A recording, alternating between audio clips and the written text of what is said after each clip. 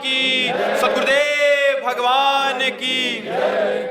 कुलदीप जी, राधे राधे। महाराज जी, हर कोई लोग इस्तेमाल करके छोड़ क्यों देते हैं? मैं बहुत अच्छा करता हूँ, फिर मेरे साथ गलत हो जाता है, कभी कभी बदले की भावना आ जाती है। हमने बदले की भावना न रखो बच्चा, इसी का नाम संसार है। आप क्या बड़े बड़ों के साथ धोखा होता है, आप तो मतलब संसार में हैं। शिष्य ने गुरु को जहर दे दिया गुरु की संपत्ति पे। एक बहुत बड़ा स्थान है, हम गंगा किनारे जब भ्रमण करते थे तो वो मास्टर था शिष्य, तो वो पहले मास्टरी छोड़कर शिष्य बना, फिर विरक्त हुआ और फिर उनको जहर दे दिया जो गुरुजी थे, और फिर उनकी संपूर्ण प्रॉपर्टी का अधिकारी बना। तो संसार तो बड़ा विचित्र है नहीं? संसार का खेल तो अगर आप किसी को उन्नति में ले जाएंगे, वो ये नहीं देखेगा कि इसके कांधे पे चढ़ के हम यहाँ आए हैं, वो तुम्हें लात मार के गिरा देगा। ये संसार का मतलब स्वरूप है ऐसा। आपका ही विषय नहीं, कोई करके देख लो। आप किसी का उपकार करो, वो अवसर आने पर आपके साथ प्रतिकूल व्यवहार जरूर कर सकता है, अनुकूल व्यवहार नहीं करेगा। ये संसार का स्वरूप है।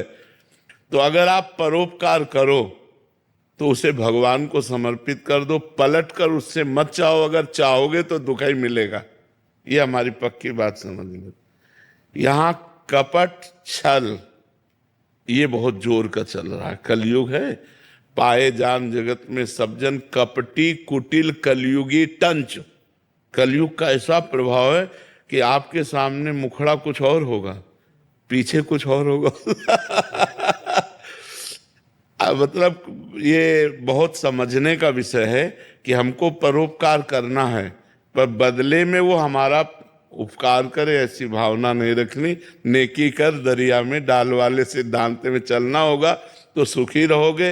अगर सोचो कि हमने किसी को पानी पिलाया और वो हमको कभी अवसर पड़ेगा तो पानी पिलाएगा, तो दुख ही मिलेगा आपको, पलट कर दुख देगा। ये संसार का स्वरूप ऐसा है, इसलिए बहुत सावधान रहो।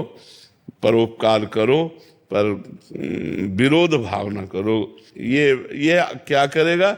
अपने को परेशान कर देगा, अपने चिंतन खराब होगा।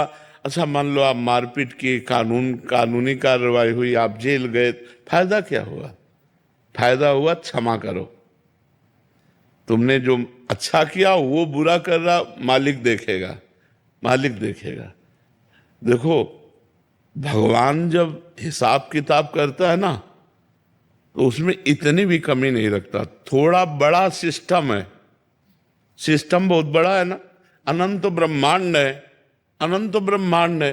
तो हिसाब किताब में देरी जरूर लगती। देखो, अपने यहाँ मुकदमा चलते रहते हैं, 10-10 वर्ष नहीं चलते रहते। केस फाइनल होने में 10वें वर्ष में मुकदमा चलता रहता है, जबकि एक देश की बात है और अनंत देशों अनंत राष्ट्रों की बातें भगवान के पास है, तो थोड़ा वहां देरी है। पर जब वो हिसाब करेगा तो फिर उसमें राय पाई का अंतर नहीं रहेगा।